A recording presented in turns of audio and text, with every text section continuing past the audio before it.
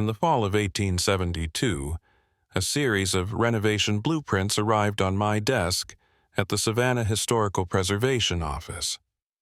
Among them, tucked between floor plans of abandoned cotton warehouses and lighthouses no longer in use, was a set of sketches labeled simply Coldwater Seminary for Girls.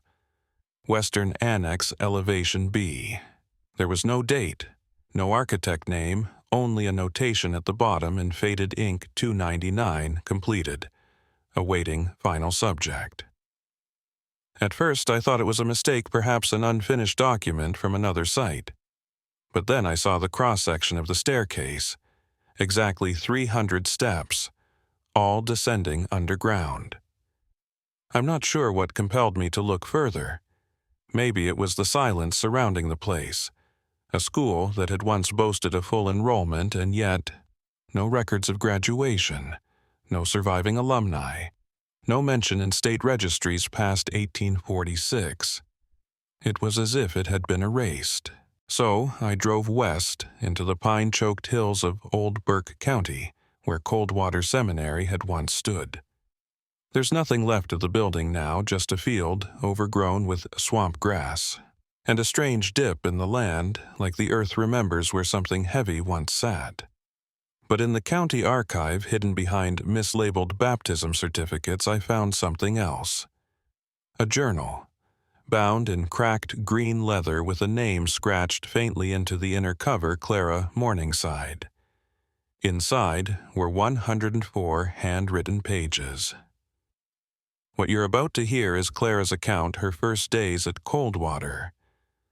What she saw, what she heard, and the stairs she descended one after another into something far deeper than the Georgia hillside. I was hired in the spring of 1844. The letter from Coldwater Seminary had arrived on thick formal stationery bearing the school's crest, an embroidered willow tree over a stone arch. It offered me a position as English instructor, room and board included, along with a generous stipend. The headmistress, Miss Eunice Fennell, wrote of the school's unique pedagogical discipline, its elevated spiritual curriculum, and its deep commitment to shaping resilient, obedient young women of Christian virtue. I was 26, unmarried, and tired of being ignored at the Charleston Parish School. So I packed my books and my gray wool skirts and took the train to Augusta, where a carriage was waiting to take me the final 30 miles into the hills. The driver said little. When I asked about the seminary, he glanced sideways. "Big place," he muttered. "They say it goes deeper than it looks." As we wound into the hills, the trees thickened, and the air grew damp, even in spring. The path narrowed until it became more trail than road, and just when I thought we'd become lost, the forest opened, and I saw it. A tall, stone building with two symmetrical wings perched like a sentinel against the green wall of the hillside. The walls were streaked with age, and vines curled up around the dormitory windows. Above the arched entrance, carved into weathered limestone, were the words, "Discipline through devotion. Obedience through grace." I stepped out of the carriage. Everything was too quiet. Then a bell rang, not a chime, but a single low toll that seemed to echo beneath my feet. Miss Fennell met me at the door. She was thin, upright, and very still. Her dress was high-necked black silk, despite the warm weather, and her voice was measured, each word spoken like scripture. "We are pleased to have you, Miss Morningside," she said. "Our girls require careful guidance." I nodded politely, though something about her eyes unsettled me. They were gray, like river stone, and they did not blink. As she led me through the halls, I noticed the quiet. The walls were lined with framed portraits of former staff, always staff, never students. The girls we passed moved silently, their heads bowed, their braids tight and identical. None smiled. None spoke. "The children here," Miss Fennell said, "are chosen carefully. Many are delicate. Disruptive speech is discouraged. You will find our methods firm but necessary." That evening, I unpacked in my assigned quarters, room 3A, East Wing. A narrow bed, a writing desk, and one window overlooking the slope behind the seminary. That's when I first saw it. Beyond the back gardens, a small brick building stood halfway into the hill, almost hidden behind ivy and trees. No lights, no windows. A single wooden door, framed by heavy iron hinges, sat flush against the slope. It looked like a storage shed, but something about it felt off. And that night, when I lay awake listening to the wind curl through the shutters, I heard it. A sound from beneath the floorboards. Faint, rhythmic. A slow, scraping shuffle, like footsteps, far too deep to be anyone in the hallway. I didn't sleep, and in the morning when I mentioned it to Miss Fennell, she gave a thin smile. "These old buildings creak, Miss Morningside," she said. "The ground settles, that is all." But I could tell by the way her eyes narrowed. She had heard it too. The morning bell at Coldwater Seminary rang not with joy or urgency, but with a grim finality like the tolling of something already buried. Breakfast was served in the refectory beneath the east wing. Rows of identical wooden benches lined the stone floor, and girls sat in perfect silence, backs straight, eyes forward. The only sounds were spoons on porridge and the distant groan of wind through the chimney. As I took my seat at the instructor's table, I couldn't help but study the girls' faces. They ranged in age from perhaps 8 to 16, but they all bore the same expression, subdued, obedient, hollow. Even the youngest ones moved with the mechanical precision of soldiers. I watched as one girl, perhaps 12, reached for her cup with a trembling hand. Before she could raise it, another girl beside her gently tapped her wrist. The girl froze, set the cup back down, and folded her hands in her lap. The correction was subtle, practiced, and chilling. Later that morning, I was given my class roster, 17 students in my English section, all between 11 and 15. I was told that personal interaction outside of class time was discouraged. Idle conversation dilutes discipline, Miss Fennell reminded me. When I stepped into the classroom, every girl stood in silence. Chairs scraped neatly. Books opened in unison. They had memorized the Lord's Prayer in Latin, were fluent in recitations of moral verse, but when I asked a simple question, "What does the word truth mean to you?" the room fell deathly quiet. Only one student raised her eyes.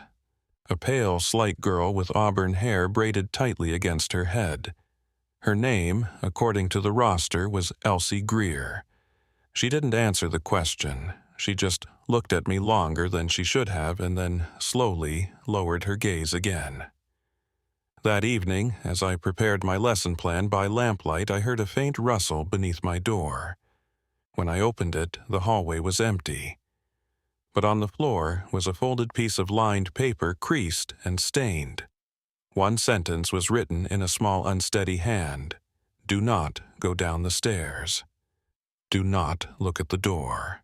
When the bell rings 3 times, cover your ears." There was no signature, but I knew who had written it. Elsie.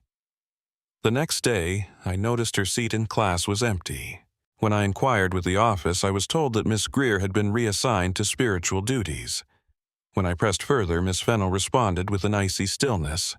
Some girls are called to serve beyond the classroom. Their journeys are not for everyone to witness. That night, I waited in the corridor outside Elsie's dormitory. Just after midnight, 2 staff members clad in dark coats and gloves entered her room and exited moments later with a wheeled cot. Something was lying beneath the sheet. They pushed it silently toward the rear stairwell, the one that led beneath the chapel wing. I followed from a distance, keeping to the shadows. As they passed under a wall-mounted lantern, I caught a glimpse of the figure beneath the sheet. A pale hand, limp and still, slipped free for a moment before being tucked quickly back in. Not dead, just sedated. My pulse thundered in my ears. They reached the brick structure I'd seen from my window, the one half buried into the hillside. One of them pulled a large brass key from their coat and unlocked the iron handle. The door opened with a groan so deep it made the trees shiver. Then they disappeared inside, dragging the cot behind them. The door shut. Locked.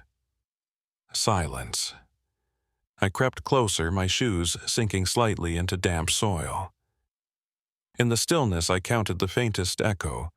Clack, clack, clack. 3 sounds, like metal striking stone.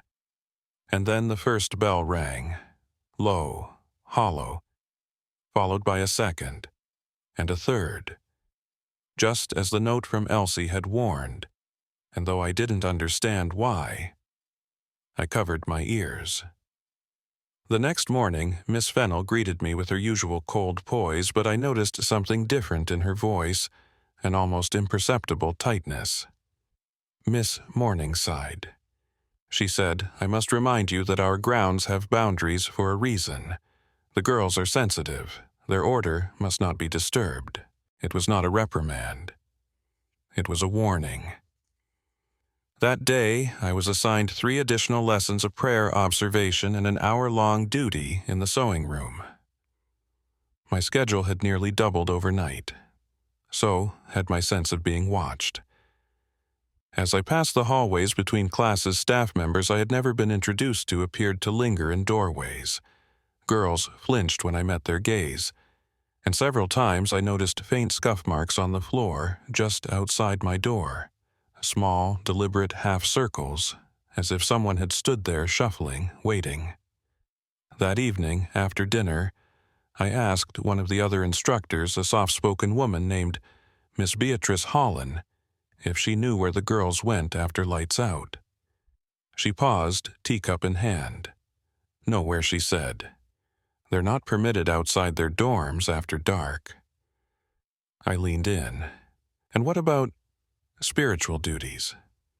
A student named Elsie Greer Beatrice's hand trembled. She set the cup down gently. "It's best not to ask about transfers, especially not hers."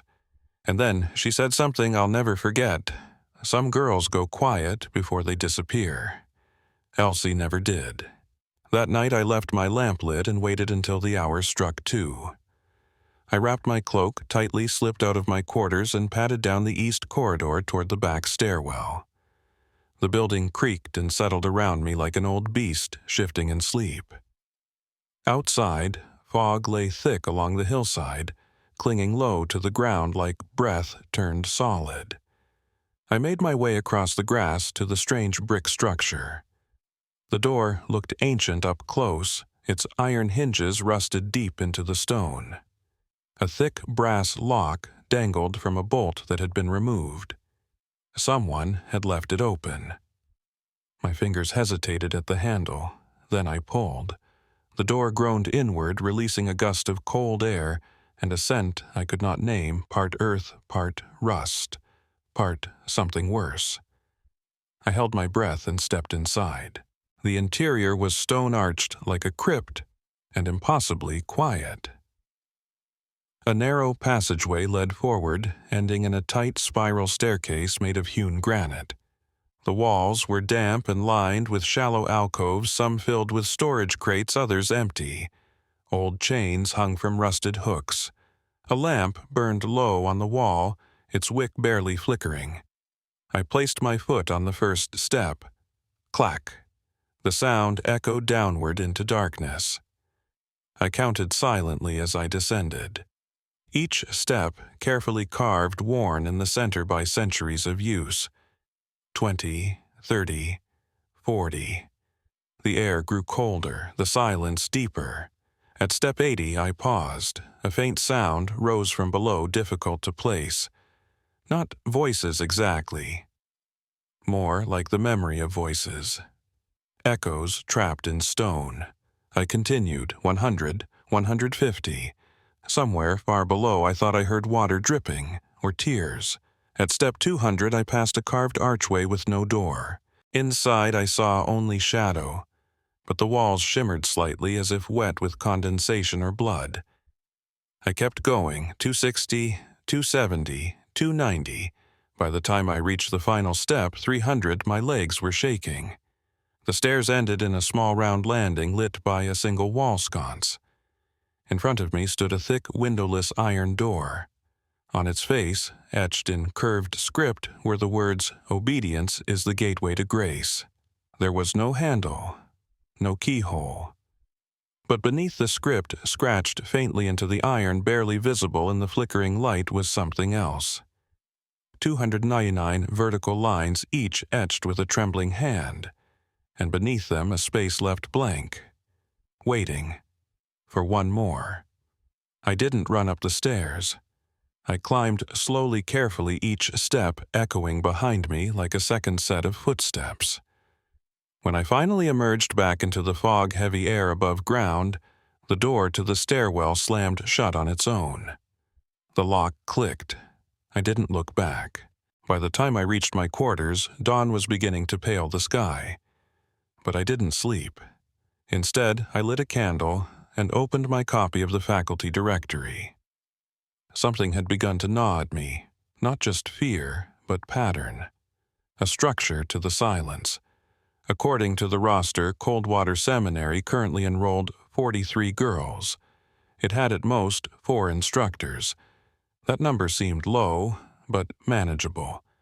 But in the filing cabinet in the library office, beneath the dusty ledgers and hymnals, I discovered a second ledger, unlabeled. Mislabeled, even, it had been shelved beneath a folder marked Kitchen Inventory. Inside were enrollment records, names, dates of admission, basic details, and one deeply unsettling consistency. The total number of girls listed across the last 10 years, 299. Each name bore a line drawn through it in dark ink. Some had notes beside them. Relocated unfit, transferred to service.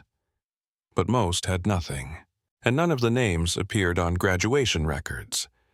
In fact, no graduation certificates existed for Coldwater at all. There were no alumni. I took the ledger back to my room and cross-referenced it with the girls I currently taught. Only 12 names matched. The rest ghosts. I returned to the main office during the midday prayer hour, when Miss Fennell was known to take her solitary meal. I said I had forgotten a report. The office assistant barely looked up. In a locked drawer, I found the student files. Individual folders with photographs, hand-inked descriptions, and notes in clinical handwriting. But the pages were brittle, stained, and many folders were empty. Some had only a name and the word admitted. No birthday, no guardian signature, no record of transfer. One folder near the back was marked E.G. Greer, Elsie. I opened it. Inside was a single note dated 2 days earlier. Subject relocated. Observation completed. Obedience level moderate. Recommend inclusion in primary ceremony. At the bottom, a symbol had been drawn in red wax, a willow tree with roots that extended into a spiral or a staircase. I held the paper for a long moment. Then I heard footsteps behind me. Miss Fennell stood in the doorway. Her expression was calm, measured, but her hands were clasped tightly at her waist. "I see curiosity has found you," she said. I tried to smile to bluff. I was trying to reconcile some discrepancies. "The files seem incomplete." "They are complete enough," she said flatly. "The children in our care are not always entered by conventional means. Many come from complicated arrangements." "And where do they go?" She tilted her head. "Where all faithful souls go, Miss Morningside. Through the gate." Her eyes did not blink. "And what happens when you reach 300? I asked. Her face twitched barely, a tightening at the corner of her mouth. But she said nothing, just turned and walked away. That night I lay awake listening again. Not to the creaks of the old timbers nor the wind, but to something much deeper, the sound of children crying, from somewhere beneath the floor. Not loud, not panicked, just quiet, worn, like they had been crying for years and no longer expected anyone to come. The next morning, the dining hall was quieter than usual, if that was even possible. The girls ate slowly, deliberately, their movements even more synchronized than before. Their eyes no longer flickered. They avoided mine, all except one. At the far table, a girl with black curls and olive skin, May Collier, I would later learn, glanced up. For just a heartbeat, her gaze met mine. Then she looked down again and slid something under her plate. After breakfast, I waited until the hall emptied, then returned and retrieved the object. A folded note written in the same cramped, slanted handwriting as before. I saw her, Elsie, but it's not her anymore. They put the mask on her last night. She didn't cry, she just stared, like the others. When they put it on, you stop being who you are. She's number 300, but the mark isn't carved yet, there's still time. Beneath the words, someone had drawn the same willow tree symbol, but this time the roots didn't spiral downward. They coiled around a face. That night I followed the light. At precisely midnight, a procession of lanterns moved through the lower corridor. 5 staff members, all robed in black, and 7 students, each barefoot, heads covered in linen veils. I stayed in the shadows, keeping my steps muffled against the cold stone. They moved in silence toward the back stairwell, unlocking the iron door I had seen before. One by one they descended. This time I followed them all the way down. 300 steps, again. But at the base, the iron door I had seen before was open. Beyond it stretched a vast circular chamber, domed and echoing, lit by a ring of oil lanterns mounted high along the walls. The smell of wax and blood and incense clung to everything. At the center of the room stood a stone altar, and behind it a willow tree carved into the stone wall, its roots extending outward like veins. Around the altar stood 20 girls, all motionless, all wearing identical white gowns and wooden masks. Each mask was plain, save for a single number carved into the forehead. 278, 279, 280, all the way to 299, and there, kneeling before the altar, head bowed, gown slightly too large for her frame. Elsie. Her mask lay beside her, blank, uncarved, yet. A staff member stepped forward, a tall man I hadn't seen before, possibly one of the doctors. He held a tool I didn't recognize, something between a branding iron and a chisel. He lifted it over the mask, but before it could strike, one of the girls flinched. A tiny movement, barely noticeable. The doctor froze. Miss Fennel stepped forward. No deviation. She said, voice sharp and sudden, "Not now." The girl who had moved was May. She had followed them too. Or perhaps she had always been part of it. Fennel turned toward her. "You were warned." Then calmly she nodded toward one of the assistants. They moved toward May, but she ran. Not up the stairs, not toward the exit. She ran toward me. Our eyes met, and for a moment we were both just girls trapped underground in a place where names were erased and silence was enforced with ritual. I grabbed her hand, and together we fled. We didn't make it far that night. The stairwell door had been relocked from the outside, and the chamber behind us had gone suddenly impossibly quiet. But before they reached us, before they pulled May away, she slipped something into my pocket, a sliver of carved wood. I examined it later in my quarters, long after they'd taken her. It was the edge of a mask. The number carved into the forehead was scratched out, as if someone had refused to become what was expected. As if someone, even in silence, had said no. The following morning, May was gone. Not just absent, erased. Her name had been removed from the class roster.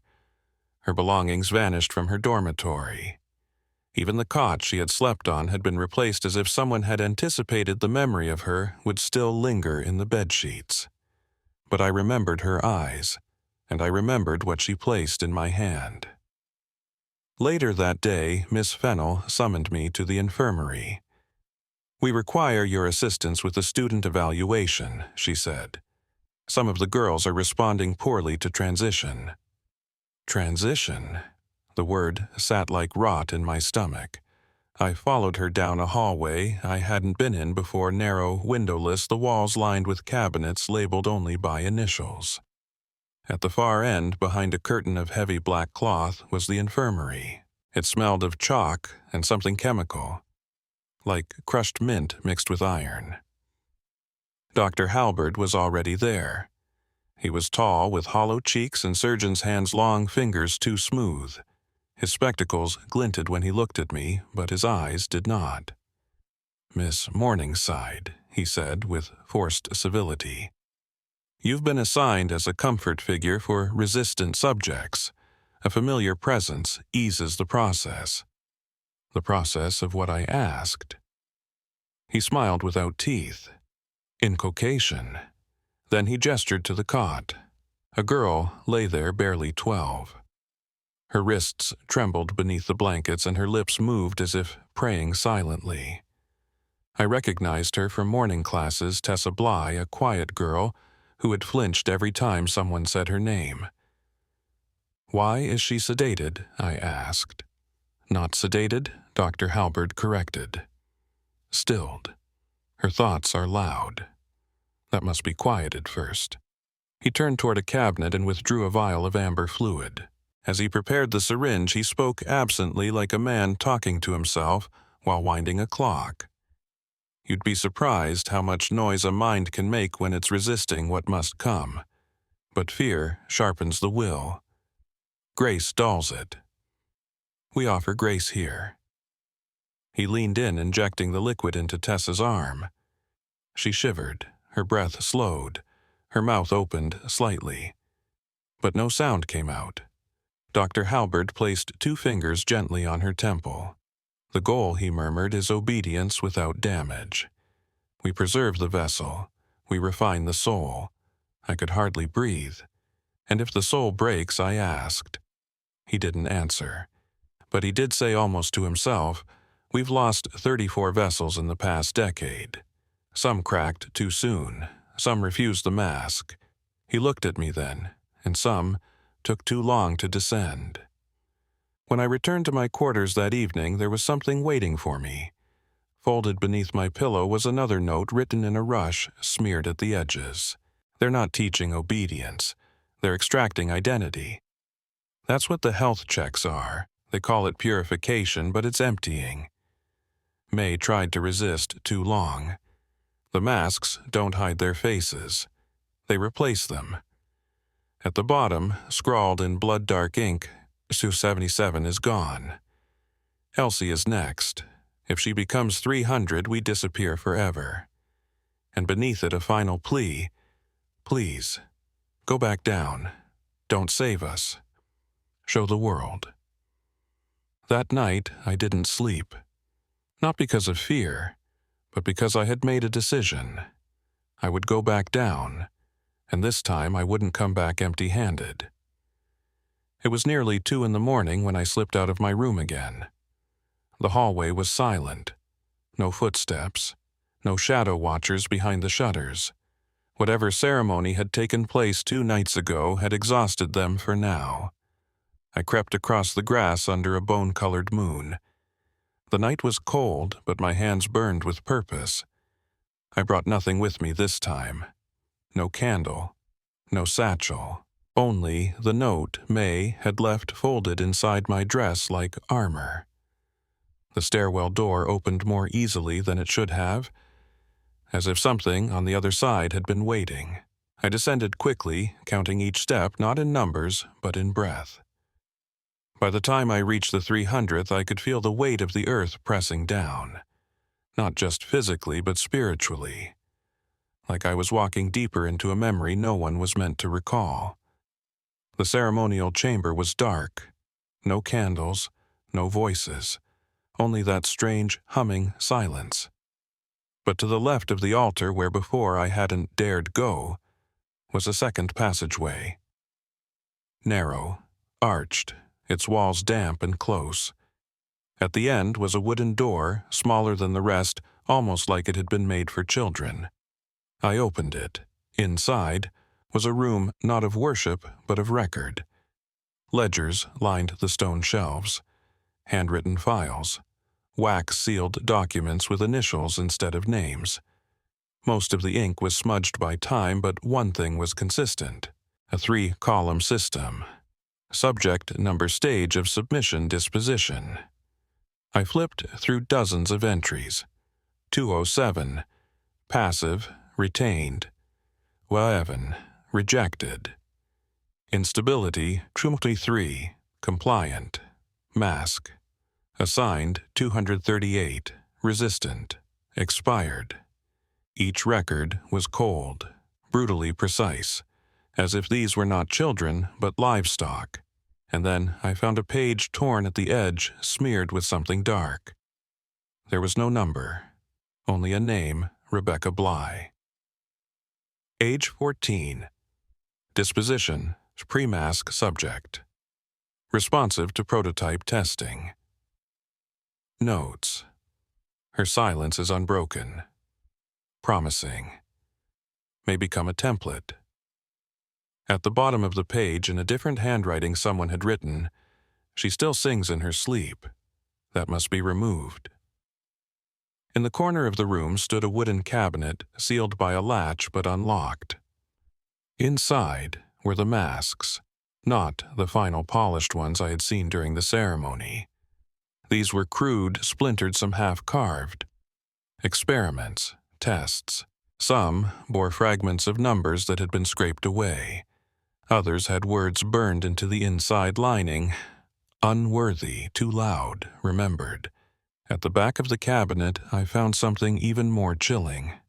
A full-face mask made of a darker wood, heavier. The number 1 was etched cleanly into its surface. It had been the first. The inside was lined with dried cloth, stained in places I dared not think about. And below it, tucked into a velvet pouch, was a key. A long, thin iron key with a mark carved into the bow, a willow tree. As I turned to leave, I caught sight of something else on the wall, a series of ink drawings pinned in rows. Childish sketches. Faces, each with a name below it, scrawled in trembling pencil. Elsie, Tessa, May, Clara. My name. The drawing wasn't accurate, but the eyes. They were mine. Someone had already prepared my place. I fled that room, and as I did, I thought I heard something behind me. Not footsteps, not voices, but breathing.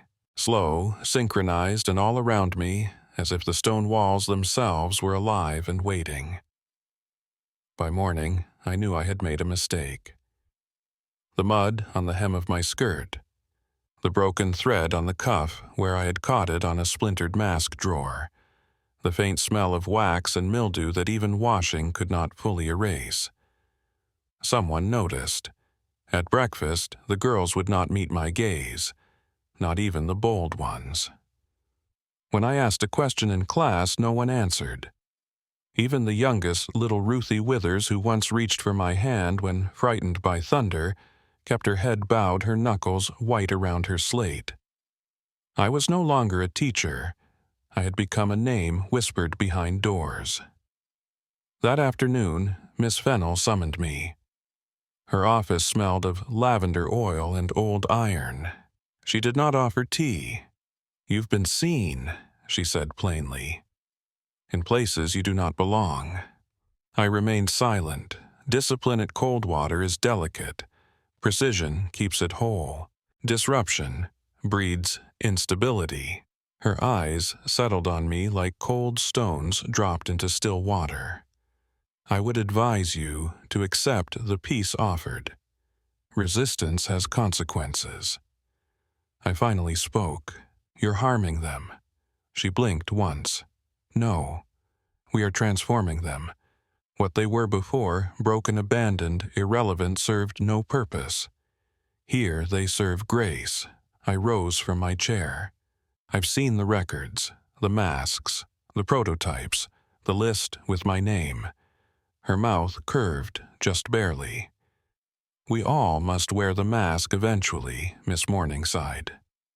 Some of us just resist the fit. That evening, I returned to my quarters to find my door unlocked. The bedding was rumpled, my satchel had been opened, the hidden pages I had copied from the ledger gone. In their place, a folded note lay on my pillow. One sentence: "Your evaluation has been scheduled. Dr. Halberd will collect you after Vespers."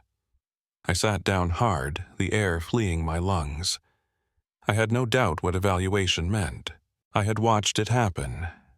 The sedation, the stilling, the removal of what made someone themselves. And now it was my turn.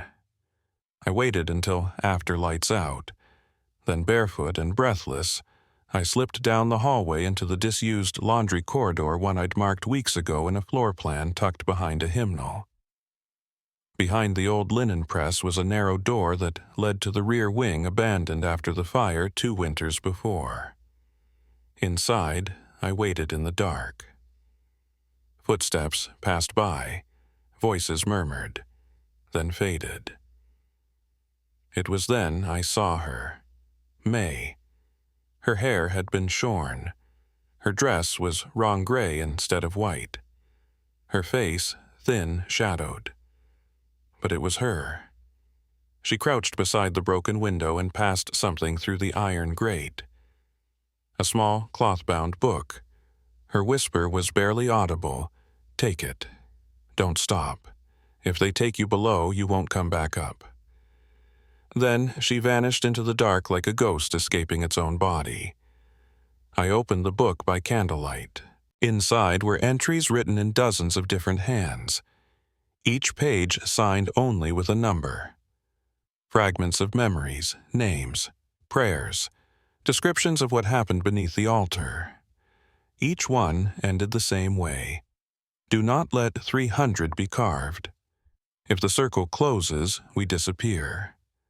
Our silence is their scripture, and at the very center of the book was a name circled over and over until the ink tore the paper. Clara Morningside marked for final witness. That night, the bell rang 3 times. Not the usual somber toll from the chapel tower, but from below.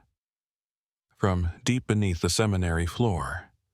A summoning, I knew what it meant. The 300th was to be chosen, and I knew who it would be. I made my way through the abandoned wing again, then down the outer stairwell, heart hammering. The key May had helped me steal, marked with the willow tree, fit the final lock at the base of the 300 steps. This time, the iron door was already open, and this time, they did not hide what they were doing. The chamber was alight with candles and sconces. The masked girls stood in full formation, silent, perfect, unblinking. Their wooden visages gleamed with sweat and wax. And at the center, Tessa, the youngest of them all. She stood motionless still in her cotton nightdress, but her eyes were open wide with terror. The final mask. Number 300 lay on a velvet cloth before her. Miss Fennel stood behind the altar, flanked by Dr. Halberd, and 2 others I recognized only from passing elders of some kind. People who did not live in Coldwater but came when the count approached finality. Fennel spoke. "We gather not to erase but to refine, to remove the burden of past self and awaken the obedient vessel. Let the willow receive its fruit. Let the gate open."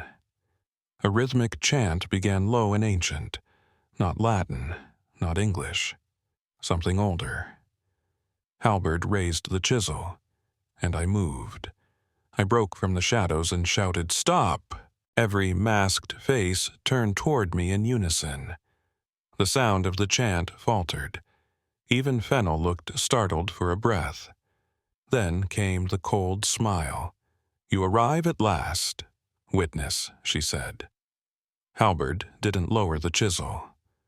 "You were never here to teach?" he said calmly. "You were here to record." Fennel stepped forward. 3 centuries ago, this land held a chapel. The first girls came after a flood.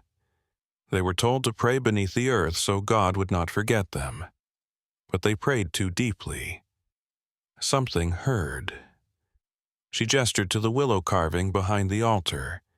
Its roots had now been revealed in full stretching down into the stone like veins. It does not demand worship, she said. It demands silence. Every soul erased is a seal. Every mask a closing. And 300 is the last I said. Fennel nodded. The final name. The circle will close, and we will be free. I looked at Tessa. Her lips were moving. She was humming. A lullaby, a fragment of memory refusing to die. They had not stilled her completely. Not yet. I moved faster than I thought possible, grabbed the mask off the altar and smashed it against the stone. The sound echoed through the chamber like thunder. Tessa screamed. It was small, hoarse, but real. The masked girls began to shake. Not in fear, in awakening. One by one they reached up and began tearing at their masks. Splinters flew. Cries rose. The circle had been broken. The seal undone. Miss Fennel shrieked something in the old tongue and lunged at me, but I pushed her back with the burning torch I'd grabbed from the wall. She stumbled and the flame caught her robe. Smoke filled the chamber. Dr. Halberd tried to grab Tessa, but 2 of the masked girls, now unmasked, tackled him to the ground. I pulled Tessa into my arms. Together, we ran. We didn't take the stairwell. We took a side passage I had found in the old ledger the servants drain. A crawl space barely large enough for a child. The smoke followed us. So did the screams. But eventually the air grew clearer, softer. We emerged behind the chapel. The dawn was just beginning. Tessa was shaking, but she was alive. She looked up at me and whispered, "I remember my name now." We reached the edge of the woods by dawn. Tessa clung to my side, too exhausted to speak, her feet raw from the stone. I gave her my cloak and wrapped her tight as we made our way toward the old parish road. No one came after us. No one needed to. They had already begun erasing the story. By the time we reached the nearest township, a thin trail of smoke curled behind us, rising faintly from the hills where Coldwater Seminary stood. The morning paper came late, but when it arrived, its headline was already written. Tragic fire at Girls' Seminary. Cause unknown. All records lost. Miss Fennel was listed among the heroic staff presumed perished. Dr. Halberd's name did not appear at all, nor Tessa's, nor mine. I told the town constable what I could about the fire, the panic, that I had pulled a girl from the lower wing before the beams collapsed. He looked skeptical. "There's always rumors about that place," he said, glancing at the smoldering hills. "But there's never proof. No survivors, until now." I handed him the cloth-bound book May had risked her life to give me. He didn't open it, but he did place it in a drawer. "Someone from the city will want to talk to you," he said vaguely. "Until then, maybe best not to speak too much." Tessa was placed with a local family. I visited once. She smiled at me, a small brave thing, and placed a daisy in my hand before returning to her books. She was learning poetry now, the kind of words that once would have been stripped from her tongue. As for me, I took the train north, found a boarding house with no questions, a room with heavy curtains, and a typewriter I bought with the last of my pay. And I began to write. Not just the names, not just the numbers, but the truth. What lies beneath stone chapels and sweet-smelling lavender. What obedience costs when it is harvested like wheat. What silence becomes when it is manufactured, not chosen. One evening, a letter arrived. No return address. Inside was a single sentence, 277 sings in her sleep again. And beneath it, a small drawing. A willow tree, its roots broken, its leaves falling. They thought Coldwater had burned. They were wrong. Only the building burned. But the truth, that still waits. I traveled to Augusta under a false name. The State Historical Commission had agreed to review the ledger May gave me along with the testimony I prepared in painstaking detail. I handed it to the clerk, a pale man with ink-stained fingers who raised an eyebrow as I whispered, "Coldwater Seminary. 300 masks. Willow seal." He didn't respond, just nodded too slowly, and slipped the envelope into a drawer that did not bear a label. A week later, I received a summons. Not from the commission, but from a special investigator representing the Office of Institutional Oversight. His name was Mr. Langley. He wore a gray wool suit, carried no papers, and arrived at my boarding house without warning. We sat in the parlor. He did not ask if I wanted tea. "I've read your statement," he said. I waited. He continued, "It's elaborate, disturbing. It also fits with other submissions we've received, from decades ago." He opened his satchel and removed a folder. Inside were other testimonies, names I didn't recognize. But one made my breath catch. Rebecca Bly filed March 3, 1815. Disposition witness. Discredited. Unrecovered. I stared at it. She was real, I said. She was the first. Langley nodded. She was also 13. They said she drowned in the well behind the chapel, but no body was found. Her file disappeared. He leaned forward. "There's something you need to understand, Miss Morningside. Coldwater was not unique. It was the most successful. But others came before. Others may still remain." I frowned. "You're saying it was a network."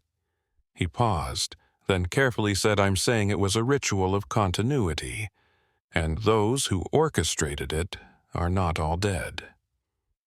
He slid a photograph across the table. It showed Miss Fennell, and behind her in a blurred window reflection, Dr. Halberd. Taken 2 years ago, in Maine. I looked up, heart pounding. "But they died in the fire," Langley interrupted. "The report says they did. But no remains were matched, and one of the bodies recovered was never identified. It had a mask carved with the number 300 but no skull beneath." He folded his hands. "The question is not whether you told the truth. It's how much they let you see." He offered to place me under protection. Witness housing, new name if necessary. But I refused. If they were still moving, still building, I couldn't hide. I had to go back, not to Coldwater, to the other sites, the ones that came before, the ones still standing. Langley gave me a final warning. "If you dig, you'll find them. But if they see you coming, you won't make it out." I told him I wasn't afraid. That was a lie. That night, I received another letter. No return address, no signature. Just 3 words. Number 301 waits. And beneath it, drawn in shaking black ink, a willow tree with 2 trunks. New Providence lay in ruins. The reformatory had closed in 1799, decades before Coldwater even broke ground. But the main structure still stood barely. Ivy strangled its brick walls.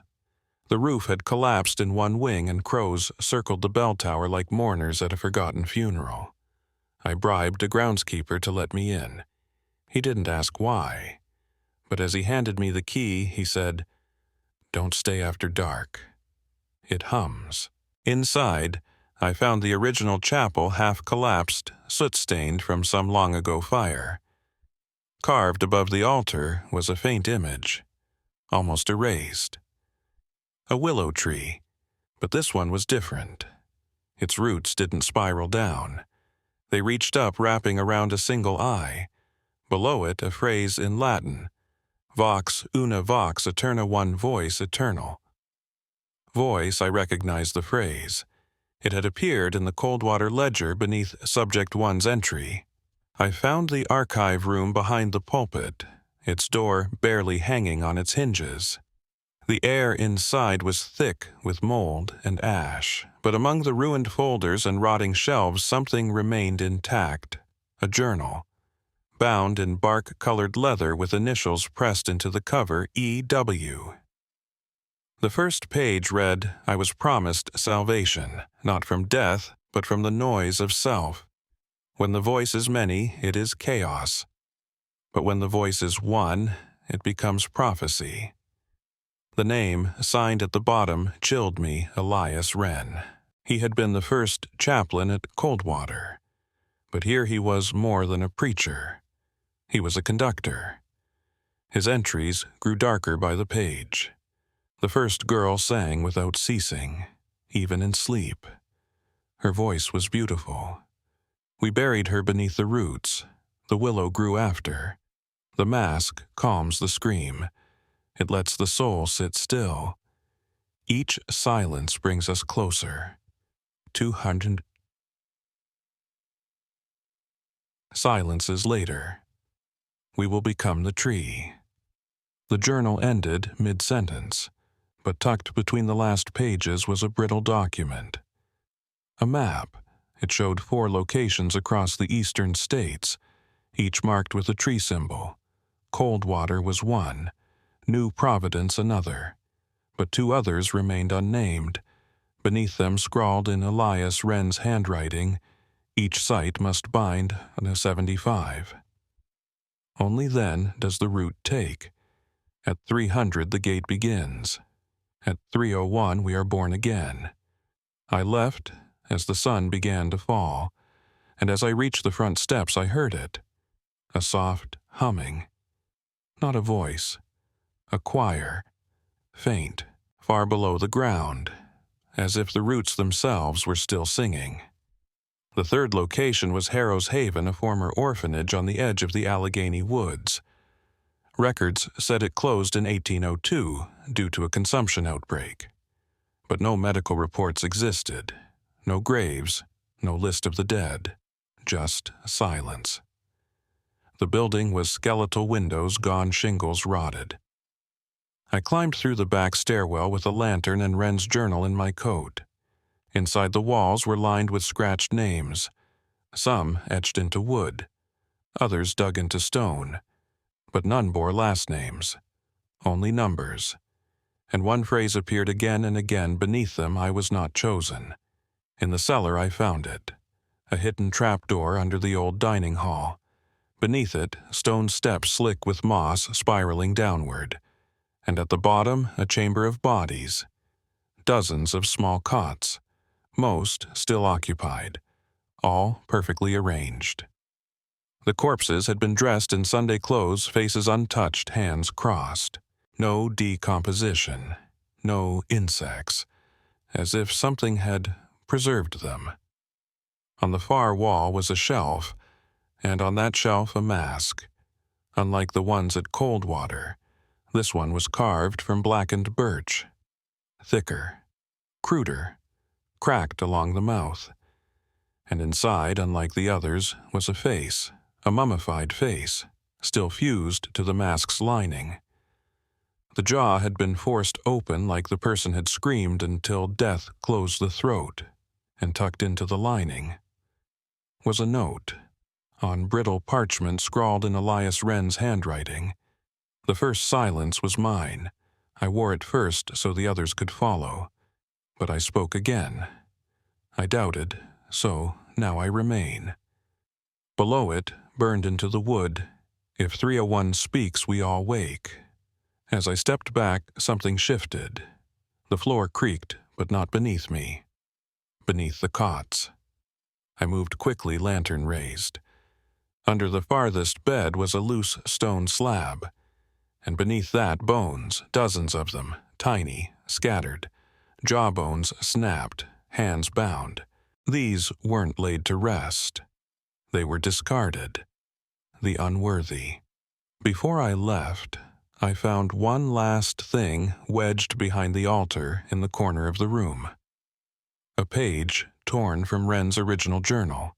It contained only one line. The final seed has been chosen. She walks above us now, maskless, but not for long. Beneath it was a sketch. Not a face. A willow sapling, growing from a child's ribcage. I traced the final symbol from Elias Wren's map. It wasn't a school, or a church, or a reformatory. It was a house. Just outside Ash Hollow, the town where I was born, where I lived until I was 5. The house no longer stood. It had burned down long ago, but the foundation remained. And beneath it, according to Wren's final diagram, was something else. I returned alone, dug through county records, land deeds, burial plots, and then I founded Ash Hollow Receiving Home for Indigent Children, Est 1801, shut 1805 after fire. No survivors recorded. But I remembered it.